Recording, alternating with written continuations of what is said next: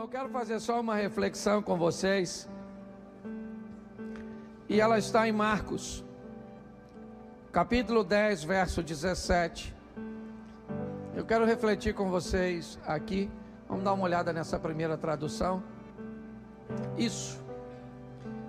E pondo-se a caminho, correu para ele um homem, o qual se ajoelhou diante dele e lhe perguntou: Bom mestre, que farei para herdar a vida eterna? E Jesus lhe disse: Por que me chamas bom? Ninguém há bom senão um, que é Deus. Tu sabes os mandamentos: não adulterarás, não matarás, não furtarás, não dirás falso testemunho, não defraudarás alguém, honra teu pai e a tua mãe. Ele, porém, respondendo, lhe disse: Mestre, tudo isso guardei desde a minha mocidade. E Jesus, olhando para ele, o amou e lhe disse: Falta-te uma coisa. Vai, vende tudo quanto tens, dá-o aos pobres, e terás um tesouro no céu. E vem e segue-me.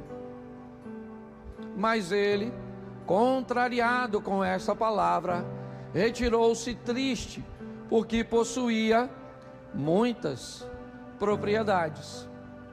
Então Jesus, olhando ao redor, disse aos seus discípulos: Quão dificilmente entrarão no reino de Deus os que têm riquezas. E os discípulos se admiravam dessas suas palavras. Mas Jesus, tornando a falar, disse: Filhos, quão difícil é para os que confiam nas riquezas entrar no reino de Deus. É mais fácil um camelo passar por o fundo de uma agulha do que entrar um rico no reino de Deus. Feche seus olhos. Senhor nosso Deus e Pai, em nome de Jesus, eis aqui a tua palavra, continua falando conosco. Usa-me como um canal de bênção nesta hora, em nome de Jesus. Você pode dizer amém? Amém. Bom, essa história é uma história narrada em 3 evangelhos. Mateus, Marcos e Lucas narram a mesma história. Me parece que Mateus diz apenas que é um indivíduo. Lucas diz que esse indivíduo é jovem. Mas Marcos quer trazer uma responsabilidade. Então Marcos diz: um homem. Me parece que o propósito de Marcos é responsabilizar. Não interessa se ele é jovem ou não, se eu vou identificá-lo ou não. Marcos me parece que utiliza uma linguagem que tem por propósito trazer uma responsabilidade sobre as decisões. Enquanto Lucas me parece dizer que talvez este moço, por sua imaturidade, por ser jovem, ele ainda não tem muita habilidade para separar as coisas materiais das espirituais. Inclusive o Lucas, assim que termina o capítulo 18, dizendo da dificuldade de um rico entrar no reino dos céus, Lucas abre o capítulo 19, levando a mensagem de que Jesus entra na casa de um velho rico, chamado Zaqueu, e diz no final: hoje veio salvação a esta casa. Lembre que ele está discipulando seus discípulos. Então no capítulo 18 de Lucas, ele diz: olha como imaturos lidam com coisas materiais. São capazes de colocar essas coisas acima da alma, acima da salvação, acima de Deus. Mas olhe como o maduro é como se fosse o jovem rico e o velho rico. Então em momento nenhum Deus está proibindo as riquezas. Ele está apenas mostrando que o dinheiro é um excelente servo, porém é um péssimo senhor. Mas Marcos não tem essa tônica. Marcos traz uma responsabilidade e ele vai citar algumas coisas muito importantes. Pondo-se de caminho, correu um homem, seja quem ele fosse. Ele é um homem, e isso o torna responsável por suas decisões. A primeira coisa que eu quero chamar a atenção hoje da igreja é que quanto mais rápido você se tornar responsável por suas decisões, quanto mais rápido você entender que todo ser humano emocionalmente saudável está procurando ser feliz. Aliás, o único ser vivo que busca felicidade é o ser humano. Todos os outros seres vivos se dão por satisfeitos ao terminar o dia e continuarem vivos, terem conseguido sobreviver a um ambiente predatório. O único ser vivo que terminar o dia vivo para ele não é suficiente é o ser humano, porque o ser humano é aquele que busca a felicidade. A felicidade é um salário, na verdade. Era aquilo que você recebe por suas decisões assertivas de médio e longo prazo. Felizes são aqueles que aprenderam a tomar decisões de médio a longo prazo, em áreas que ele sabe que são extremamente importantes de sua vida. Por quê? Porque ele sabe que vão receber o resultado de suas escolhas um pouco mais à frente. Então Marcos começa dizendo um homem, trazendo responsabilidade, uma mulher, ok? Alguém adulto, apto para lidar com as consequências daquilo que fez, daquilo que faz, de suas escolhas. É um homem para não botar a culpa em Satanás, é um homem para não botar a culpa no governo, é um homem para não botar a culpa nos outros. São pessoas altamente habilitadas a lidarem com suas escolhas. É assim que Marcos começa. Ele continua dizendo que este homem tem duas coisas. E correu para ele tem pressa. Ele está correndo para Jesus. O que ele quer? Eu já sei que ele é rico. Eu já sei que ele é alguém que não tem necessidades financeiras. Ele é alguém que está extremamente organizado com suas coisas, que tem muitas posses. Mas o que ele está, ou que pressa é essa que ele tem? O que ele está querendo? Que para ele precisa empregar uma velocidade para alcançar Jesus. Quando ele se aproxima correndo com suas emergências, me parece que a Bíblia está dizendo: não interessa o que você tem de material, se lhe faltar alguma coisa para sua alma, a emergência é a mesma. Ele tem pressa, não porque precisa de coisas materiais, mas tem alguma coisa que ele necessita. E o que o faz correr atrás de Jesus e se ajoelhar.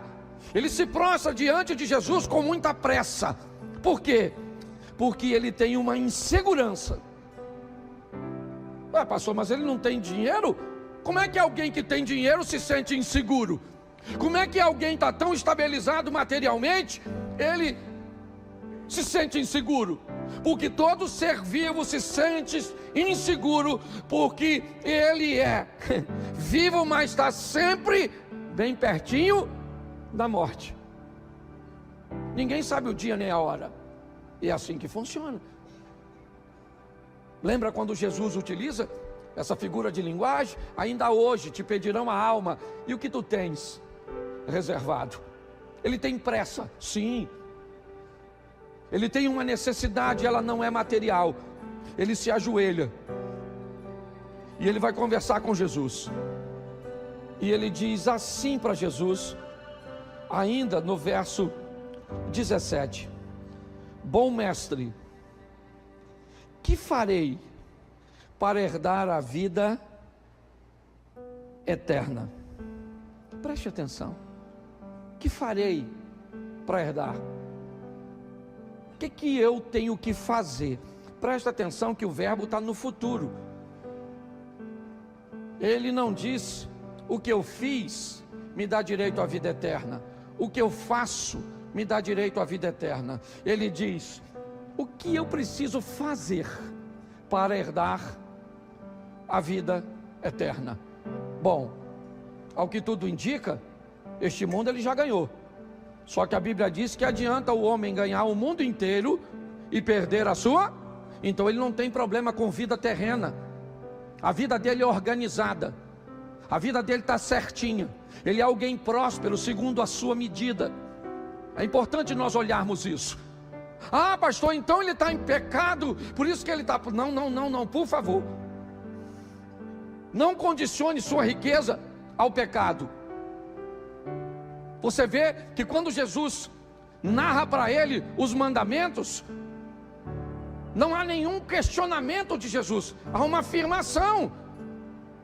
E os mandamentos dizem que este homem é alguém honesto, que cresceu, que enriqueceu e que prosperou de forma lícita, que ele foi alguém capaz de ganhar o mundo. O grande problema deste homem é que ele é tão responsável que ele sabe separar o que é ganhar o mundo e o que é herdar o reino de Deus. E é essa a dúvida dele. Seu dinheiro não lhe garante que ele vai herdar o reino dos céus. Esse é um assunto que para ele ainda está pendente. Suas contas estão pagas, suas coisas estão todas organizadas. Ele é alguém sério, honesto, mas tem um problema: ele não tem certeza de sua salvação. Então ele diz: bom mestre, que farei para herdar a vida? E aí Jesus pergunta: por que me chamas bom, cara? Por que é que você está me chamando de bom? Por que o elogio? Por que esse adjetivo sobre mim? Deixa eu te explicar uma coisa, homem. Bom só há um, que é Deus. Escute o que esse camarada está ouvindo de Jesus.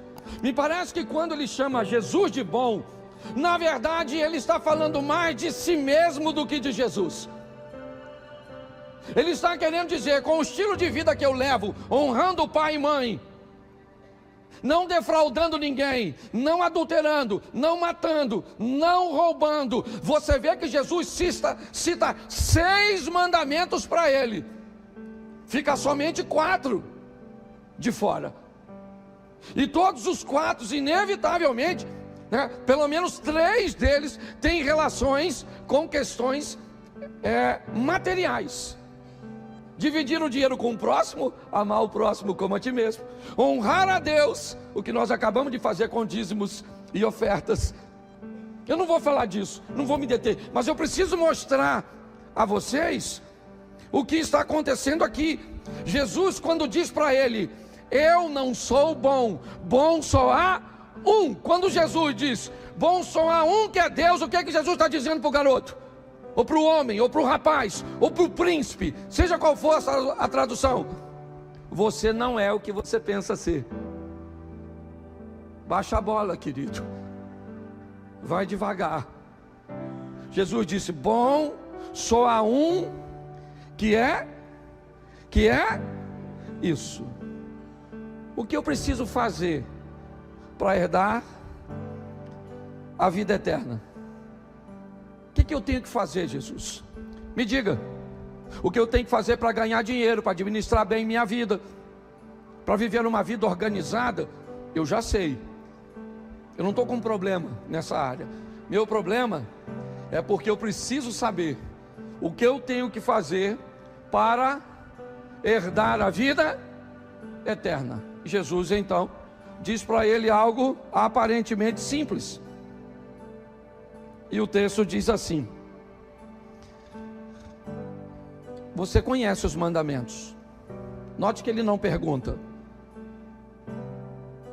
Ele poderia perguntar: você conhece os mandamentos? E o rapaz diria: lógico que eu conheço. Jesus não pergunta, Jesus afirma. Na afirmação de Jesus, ele está dizendo para o rapaz: eu sei quem você é. Eu conheço você. Eu conheço você como eu conheço Natanael. Eu conheço você como eu conheço Zaqueu. Eu conheço você como eu conheço a mulher samaritana. Eu sei o seu nome, sei onde você mora, sei tudo o que você viveu até o presente momento, porque eu, na figura de Deus, te teci no ventre da sua mãe. Então você pode enganar qualquer um, a mim não. Então Jesus disse: você conhece os mandamentos, e eu vou te explicar aqui agora qual você conhece. Deixa eu ler para vocês. Não adulterarás, não matarás, não furtarás. Note, está falando da integridade do indivíduo. É isso que Jesus está falando. Esse cara é um cara íntegro. Ele não enriqueceu de forma ilícita, roubando nem lesando ninguém. Vou mudar agora? Olha a moral do cara, certo?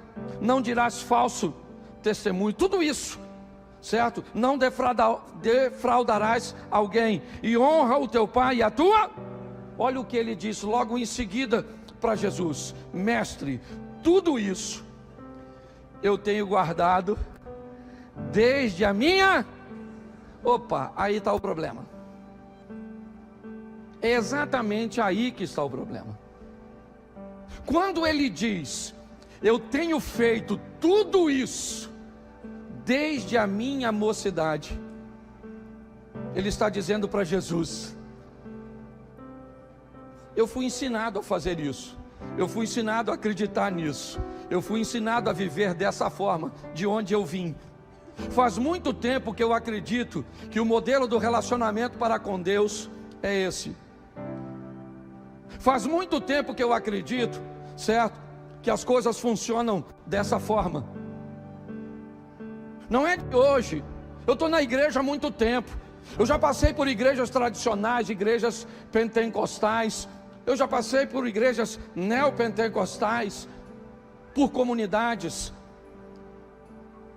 O que esse camarada está dizendo? Eu tenho uma história com Deus. Eu vi a falha de quem? A minha. Porque na presença de Deus você não vê o problema do vizinho, você não vê o problema do cônjuge, você não vê o defeito do filho, do pastor, do membro da igreja. Enquanto nós enxergarmos o defeito do outro, a queda do outro, nós podemos estar na presença de qualquer um, menos na de Deus. Porque na presença de Deus você não tem tempo de olhar a vida do outro, você só consegue olhar para você mesmo. Essa é a grande verdade. Jesus está dando uma grande lição. Por quê? Porque ele está conseguindo agora olhar para si mesmo. E qual é o problema? É que ele aprendeu desde pequeno, e agora ele encontra com Jesus trazendo algo que vai de encontro ao que ele aprendeu desde pequeno. Então ele está com muita dificuldade. Para esse camarada aceitar o que Jesus está dizendo, ele vai ter que quebrar um paradigma. Ele vai ter que romper com valores, com princípios que ele recebeu, com matrizes que, por mais bem intencionadas que elas foram, elas ensinaram as pessoas de forma errada. Esse dia a gente estava brincando aqui com a questão do jejum. Desde que eu era novo, que me falaram que quando nós estamos fazendo jejum, nós não podemos falar com ninguém. Eu acreditei nisso. Eu não sei se você acreditou, eu vou falar de mim. Mas eu acreditei, eu já brinquei aqui. Eu acreditei que rato virava morcego, eu acreditei que manga com leite matava, eu acreditei que espelho, quando trovejava, se não cobrisse, que o saci piava na moita, que tinha uma mula que não tinha cabeça, mas que pegava nós, o velho do saco e outras coisas mais. E eu não tenho vergonha de dizer isso não, certo? Agora, quando eu vejo Jesus ir para o deserto, jejuar 40 dias, e foi sozinho, e o pessoal escreve que ele jejuou, eu desculpo que Jesus contou. Aí você pode dizer, mas pastor, contou depois que jejuou. Mas deixa eu falar uma coisa para você. Tem muitas coisas que nós aprendemos que a gente precisa rever nossos valores. Quando esse rapaz tem que se encontrar com tudo aquilo que ele aprendeu desde a mocidade, fica tão difícil para ele, quando ele diz, tudo isso tem guardado desde a minha mocidade. O verso 21, coloca para mim por favor. E olhando para ele,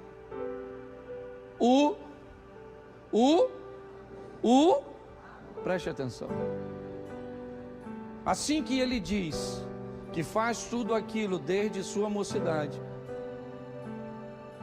o texto diz: Jesus olha e o ama, porque está entendendo por que para ele é tão difícil romper. Por que para ele é tão difícil se encaixar? Por isso eu não acredito a via de regra de mudanças instantâneas. Para mim, as mudanças mais seguras são aquelas gradativas, cujo qual todos os dias nós vamos avançando um pouquinho para nos tornarmos melhor.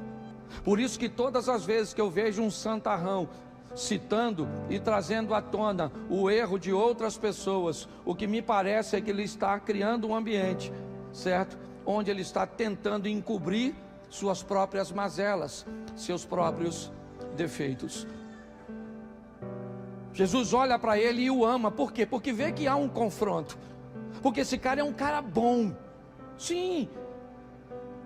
Talvez não na conotação cujo qual ele achava que pela maneira que ele administrava a sua vida, isso já seria suficiente para ele entrar no reino dos céus.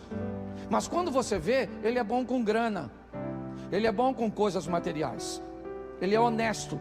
Jesus afirma, dizendo para ele: eu sei que você conhece e não rouba, eu sei que você conhece e não adultera, eu sei que você conhece e não mata, eu sei que você conhece e não cobiça as coisas dos outros. Eu conheço você, eu sei quem você é. Mas quando você está se deparando com algo novo, que precisa romper com alguma coisa do passado, e aí eu poderia usar isso para aplicar em diversas áreas da vida. Está aqui gente que é especialista na área.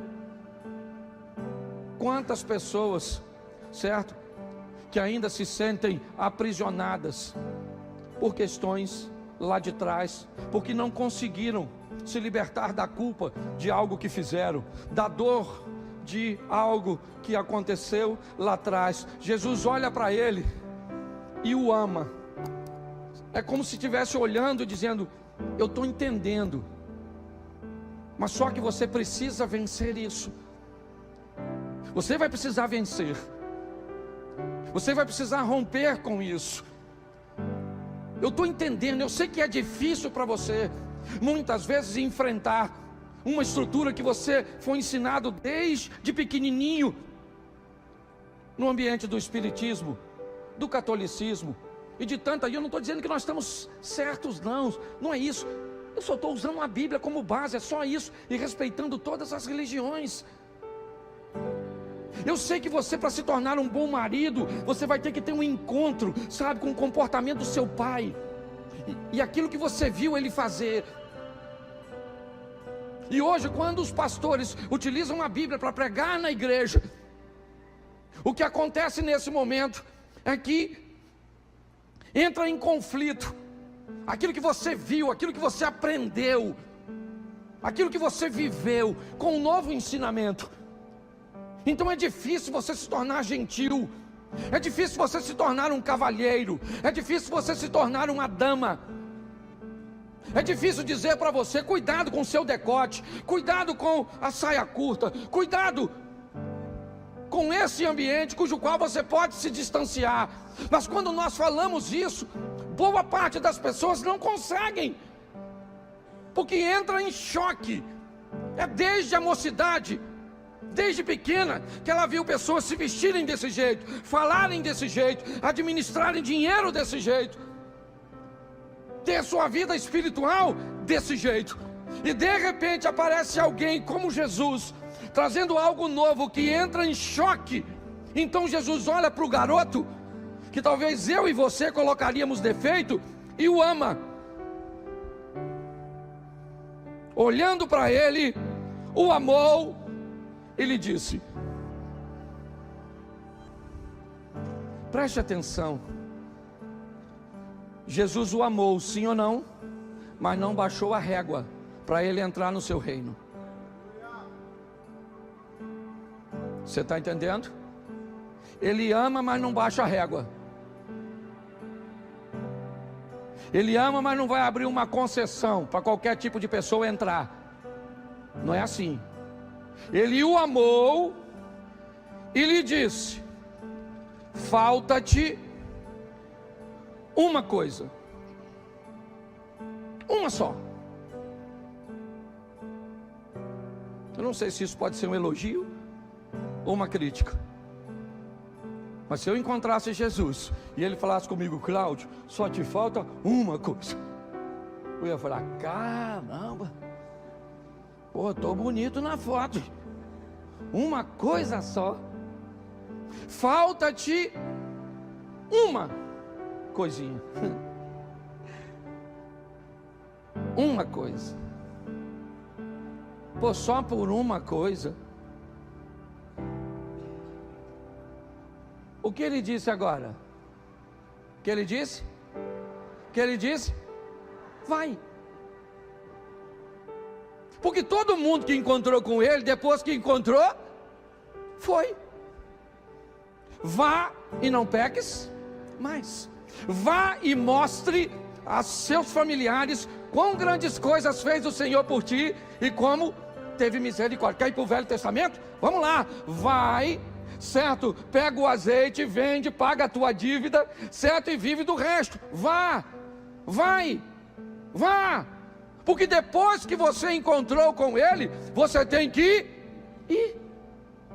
João capítulo 8, a mulher adúltera: vai e não peques, mas vai e a tua fé te salvou. Sempre vai, vai.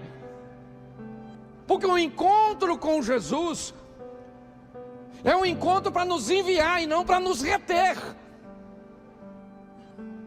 Por isso ele diz para o rapaz: falta-te uma coisa. Vai. Mas antes de você ir, eu vou falar o que te falta. Falta o quê? Vende tudo que tu dá aos, terás um tesouro no. Vem e preste atenção. Olha o que Jesus disse: falta-te uma coisa. Pega tudo que você tem, vende. Sim ou não? Faz o que com o que você tem? Dá pus e fica pobre. Vá, pega tudo que tu tem, fica pobre, dá o dinheiro aos. Ô, gente, deixa eu falar uma coisa para vocês. Há um tempo atrás eu estava vendo uma pesquisa e ela dizia o seguinte: o sucesso só gosta de viver num ambiente confortável. Sucesso não gosta de ambiente estável. Sucesso não gosta de pessoas desequilibradas. Algumas pessoas podem dar sorte, e a sorte pode trazer para ela o sucesso. Mas se elas não estiverem preparadas para terem um sucesso, é só uma questão de tempo até o sucesso irem e levar consigo a sorte que teve no passado. Alguns dizem, eu não sou especialista no assunto, mas se hoje todo o dinheiro que gira no mundo fosse repartido igualmente pelas pessoas na terra, em 10 anos eles estariam de volta nos mesmos bolsos. Preste atenção nisso. Jesus não está mandando ele vender nada. Aliás, essa é a visão de Lucas. Por isso que Lucas conta a história de Zaqueu logo depois de contar a história do garoto. Porque os discípulos, assim que está terminando, dizem para Jesus: nossa, mas é impossível ser salvo então. E Jesus disse: mas é exatamente isso. Porque o que é impossível aos homens é possível para Deus. Jesus está mostrando para aquele rapaz, nesse momento, algo muito precioso. Quando Jesus diz: reveja seus valores materiais, só te falta uma coisa, só uma.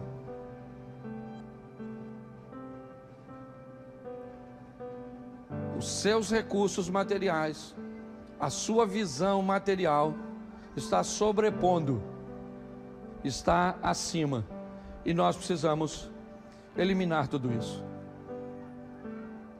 O texto diz, bota o 22.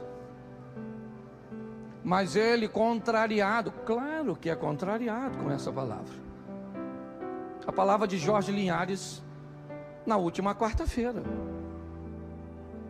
Uma palavra que sai do púlpito, que na maioria das vezes não te contraria, não te confronta, não diz que você precisa de uma mudança, de um reposicionamento, que não faz você ficar chateado, como disse ele, com o pregador, ou com aquilo que foi dito. Jesus disse para ele: pega tudo que tu tens. Preste atenção, garoto. Você quer vir atrás de mim, rapaz? Então vamos lá. Pega tudo que você tem. É isso aí. Pega tudo que você tem, vende, dá para os pobres. Aí você vai ter um tesouro no céu. E depois você vem em mim. Porque eu não estou querendo seu dinheiro, eu estou querendo você. Se o que você acha que eu estou querendo é seu dinheiro, se o que você acha que você vai entrar na igreja porque você é rico, tem um carro importado, tem uma empresa, porque você tem um nome, aqui nós vamos te tratar melhor, você não sabe nada sobre reino. Daquela porta para dentro, todos nós somos iguais. E quando chegamos perto um dos outros, descobrimos duas coisas fantásticas. Primeiro, que eu tenho defeito que você não tem. E segundo, que eu tenho virtudes que você não tem. Esse rapaz está recebendo uma grande lição juntamente com os discípulos. Vai, vende tudo que tu tens, dá aos pobres, terás um tesouro no céu. E vem, cara, vem sem dinheiro. Ele podia fazer isso, sim ou não? Sim ou não? Sim, não era nem para ficar triste. Ele era um cara altamente habilitado para lidar com dinheiro. Sim ou não? Você acha que ele ganharia o dinheiro todo de novo ou muito mais? Sim ou não?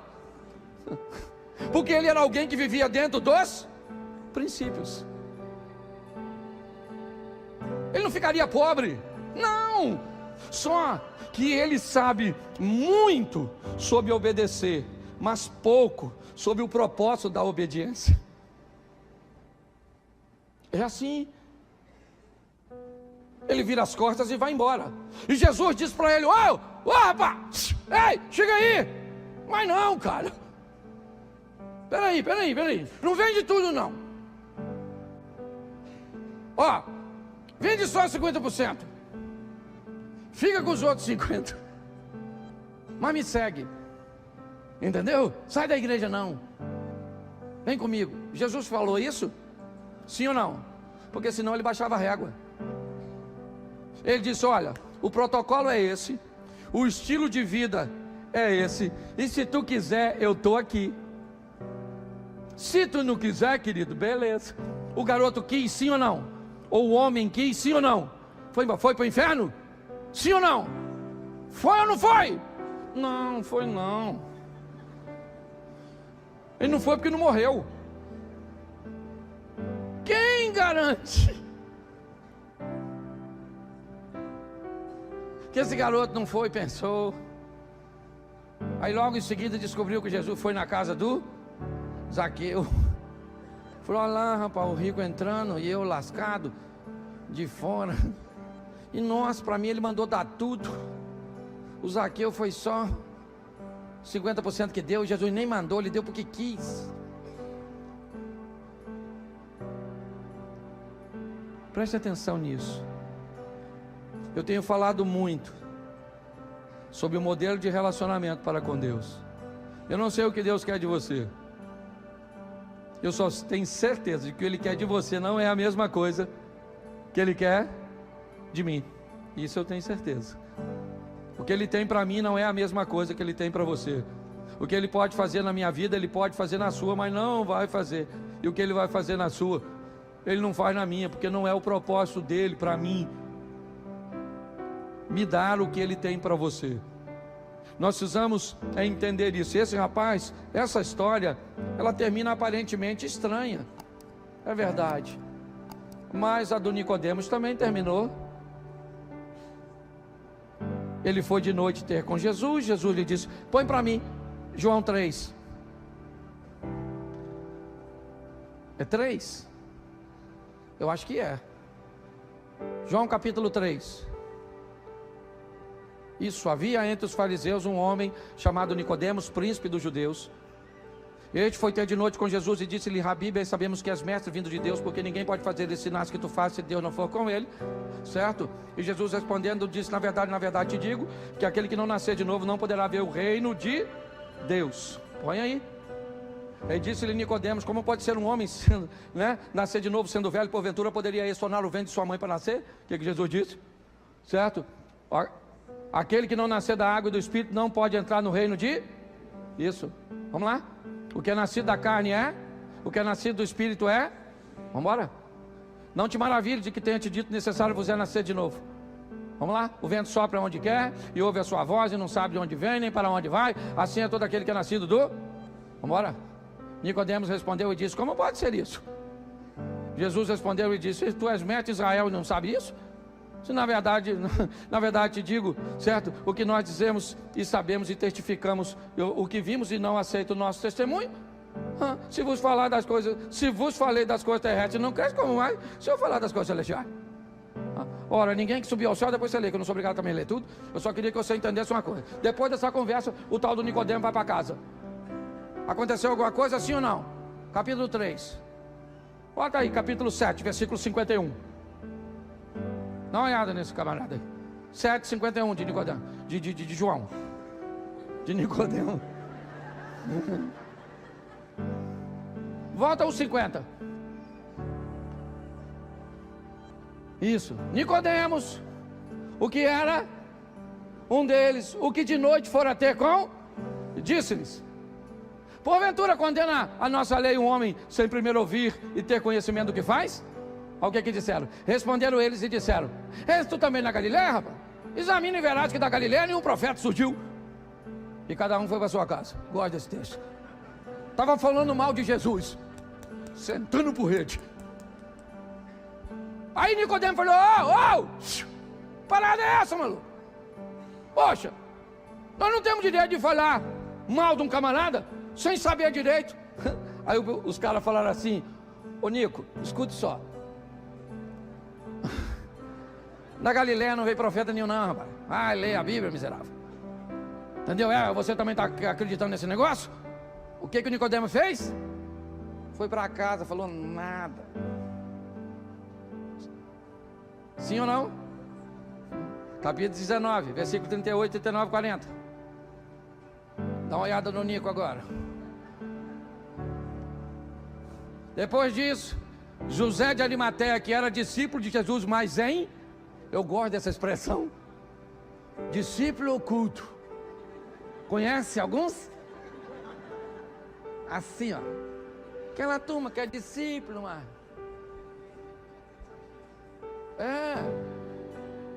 Isso não. Você é crente? Como é que você descobriu, meu Deus? Não fala pra ninguém, não.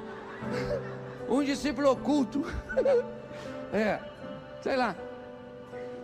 Mas ele era oculto por quê? Por medo do... Isso, o Zé de Arimateia. Discípulo oculto. Discípulo. Isso. Olha só. Rogou a Pilatos que lhe permitisse tirar o corpo de Jesus. Pilatos não permitiu. Então tirou o corpo de... Versículo.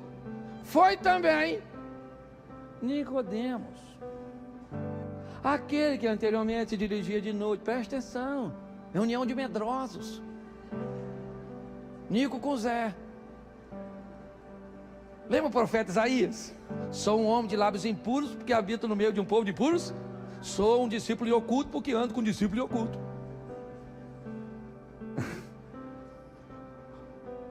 O Nicodemo, uma história que começou no capítulo, já está no... Começou de noite e agora é de dia. Olha só. Foi também Nicodemos, aquele que anteriormente se dirigia de noite levando quase 100 libras de um composto de mirras e... Vamos lá, verso 40. Tomaram, pois, o corpo envolveram lençóis com especiarias, como os judeus costumam fazer, certo? Na separação para o sepulcro. Quem é que estava lá de dia, pegando o corpo de Jesus, se expondo ao perigo de perder toda, certo, o seu prestígio no meio dos judeus, o Nicodemos. Eu sou pastor. Eu posso falar para você com toda a certeza do mundo, e tenho visto isso cada vez mais crescer. Como tá legal falar mal dos outros para encobrir nossos erros. Como é fácil apontar o erro de alguém. Como é fácil olhar para aquele que está fazendo e dizer: nossa, ele é desqualificado. Como pastor, eu aprendi uma coisa: quer conhecer a pessoa? Tire ela da cadeira e bota aqui em cima. Você tem quantos anos de ministério, irmão? 42, então você sabe o que eu estou falando. Você bota alguém para dar uma palavra de oferta, no dia seguinte, ou às vezes no mesmo dia, eu estou recebendo um WhatsApp: sabia que de você? Oh? Sabia que ele está devendo a Light? Sabia, mas eu não sabia, que se eu soubesse. E pior, às vezes o cheiro de quem fala é pior. Eu gosto, sabe, dessa colocação, de que todas as vezes que a palavra chega, ela faz o que aconteceu com este rapaz. Ela nos leva, né, a ter um encontro com aquilo que faz com que estabeleçamos o comportamento com o propósito de nos transformar, de nos mudar.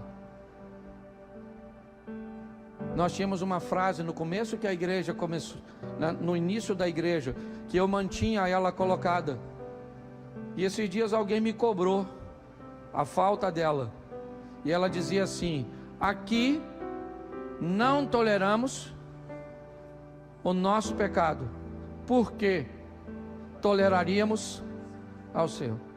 E de um tempo para cá, eu tirei essa frase aqui. Sabe por quê, Eliezer? Senão tinha que sair da igreja.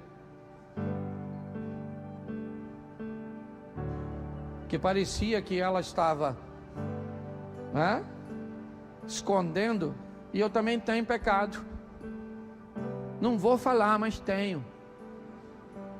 E tu também tem. Não fica olhando para mim com essa cara de quem não tem.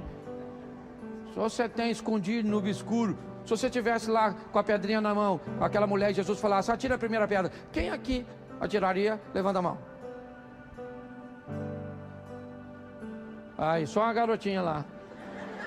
E ela tacaria mesmo. Essa garotinha gosta de tacar pedra, Então, olha só, nós estamos numa proposta de oportunidade. Agora Jesus não vai descer a régua, entendeu? Sem santificação, ninguém lute com todas as forças para melhorar. O resquício que sobrar vai para o perdão, entendeu? Aí você fazia fofoca assim quase todo dia. Nossa! Agora você faz fofoca uma vez por semana.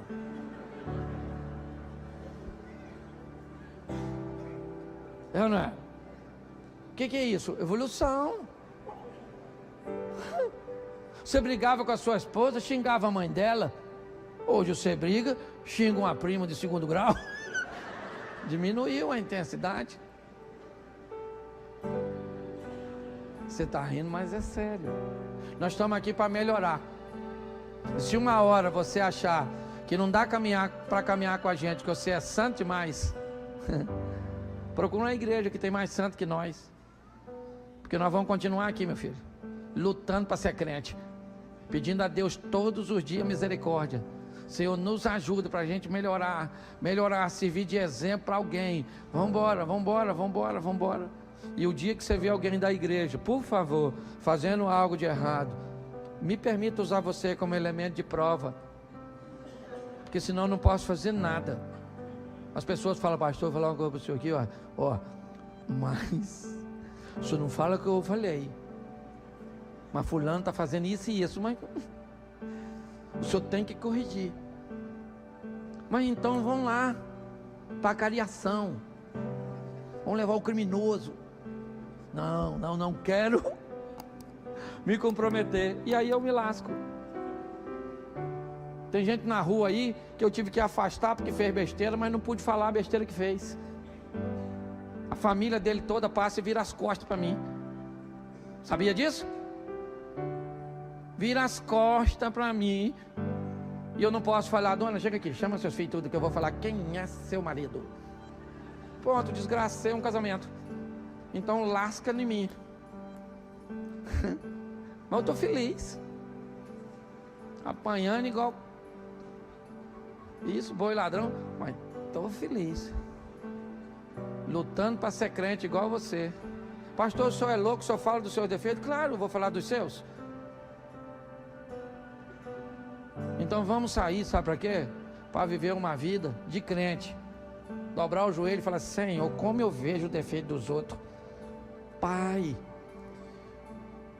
os meus eu estou ceguinho. Mas da minha mulher eu sei tudo.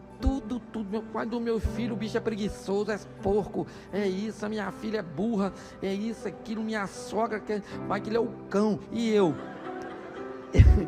Eu não sei, eu sou uma pessoa assim, honrada, decente. Será que é só eu que...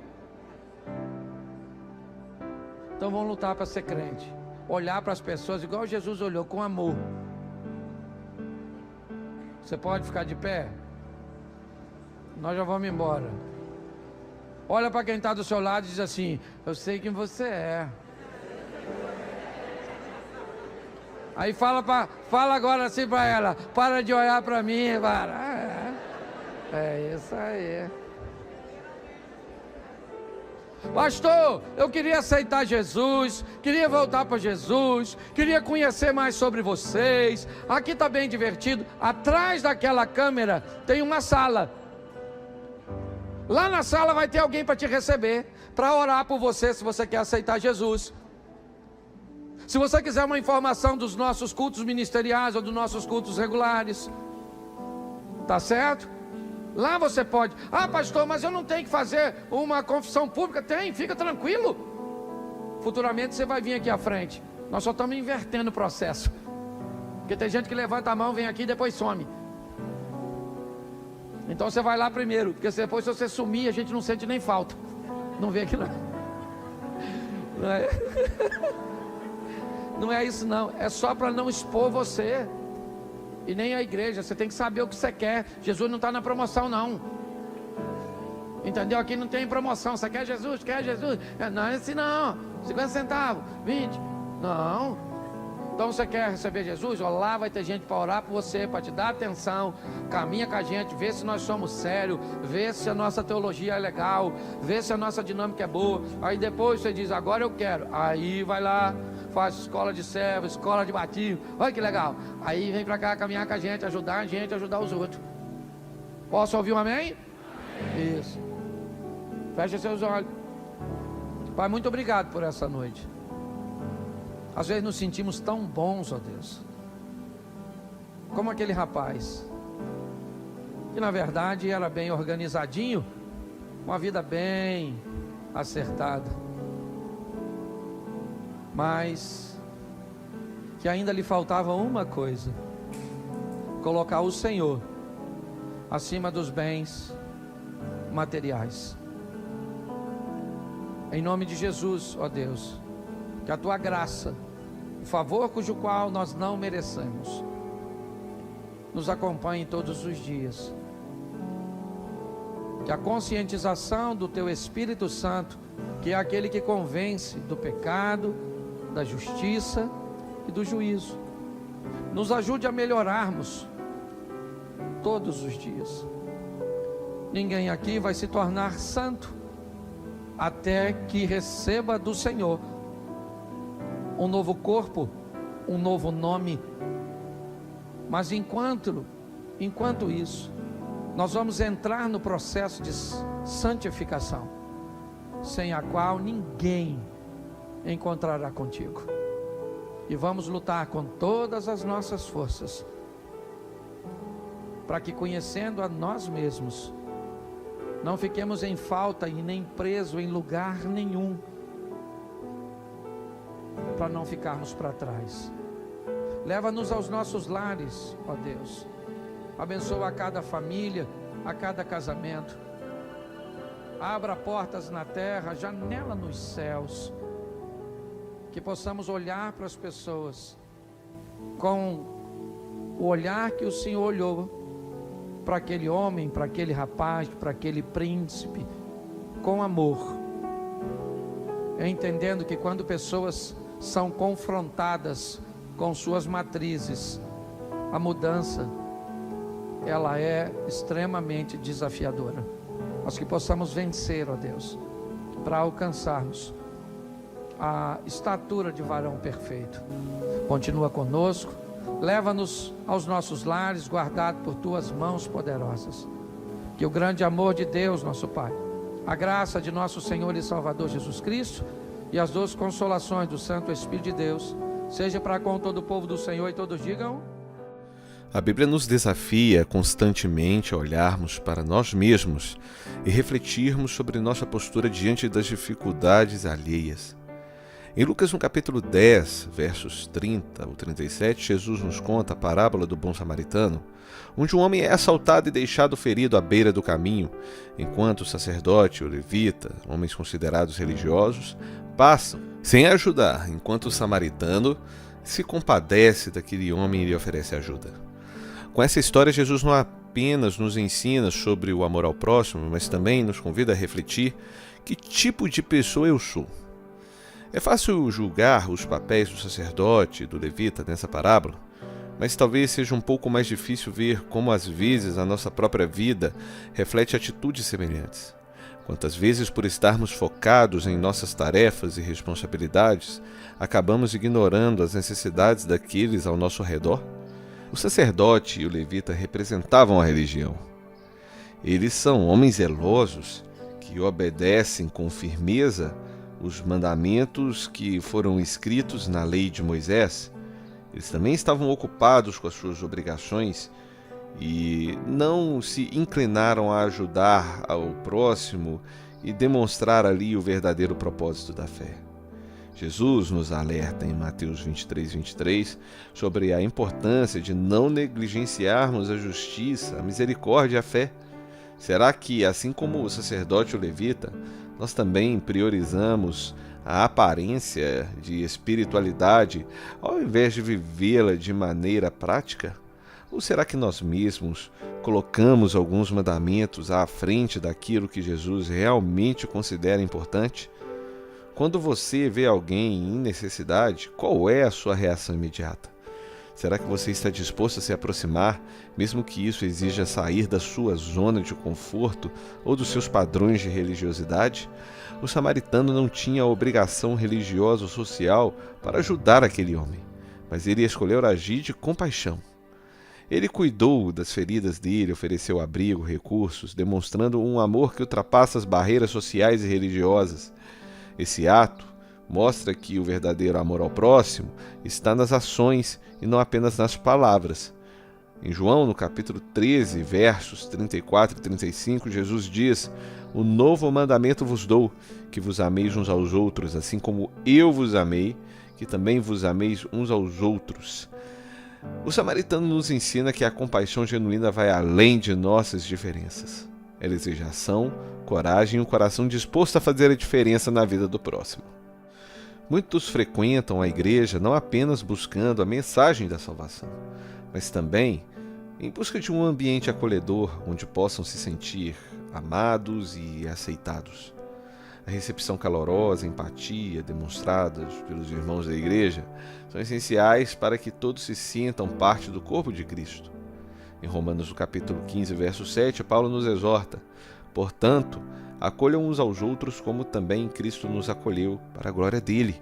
A igreja é um lugar onde todos deveriam se sentir bem-vindos, independente das suas aparências, origem ou condição. Somos chamados a ser como o bom samaritano, oferecendo apoio, cuidado, compaixão e muito amor para aqueles que chegam em nossas vidas. Quando alguém chega à sua igreja, você toma a iniciativa de acolhê-lo e fazer com que se sintam em casa? Para vivermos como o bom samaritano, precisamos adotar uma postura ativa de cuidado e empatia. Isso significa não apenas ajudar os necessitados quando for conveniente, mas torna-se uma forte e constante obrigação e fonte de amor e acolhimento. A parábola do bom samaritano nos desafia a refletir profundamente sobre quem somos e qual é a nossa verdadeira atitude diante da necessidade e do nosso amor ao próximo. Deus nos chamou para sermos luz e para isso precisamos demonstrar toda a graça e compaixão que são genuínas dele, o nosso Senhor. Ao nos aproximarmos dos outros com o amor de Cristo, nos tornamos instrumentos de transformação. Que a gente possa se perguntar todo dia: que tipo de pessoa nós somos? Que tipo de pessoa eu sou? Bem, que as nossas ações possam demonstrar o amor e a graça de Deus. Amém? Espero que você tenha gostado desse vídeo, que ele tenha sido edificante para você. Se você chegou até aqui e não se inscreveu, aproveite esse momento para se inscrever no canal, deixar o seu like.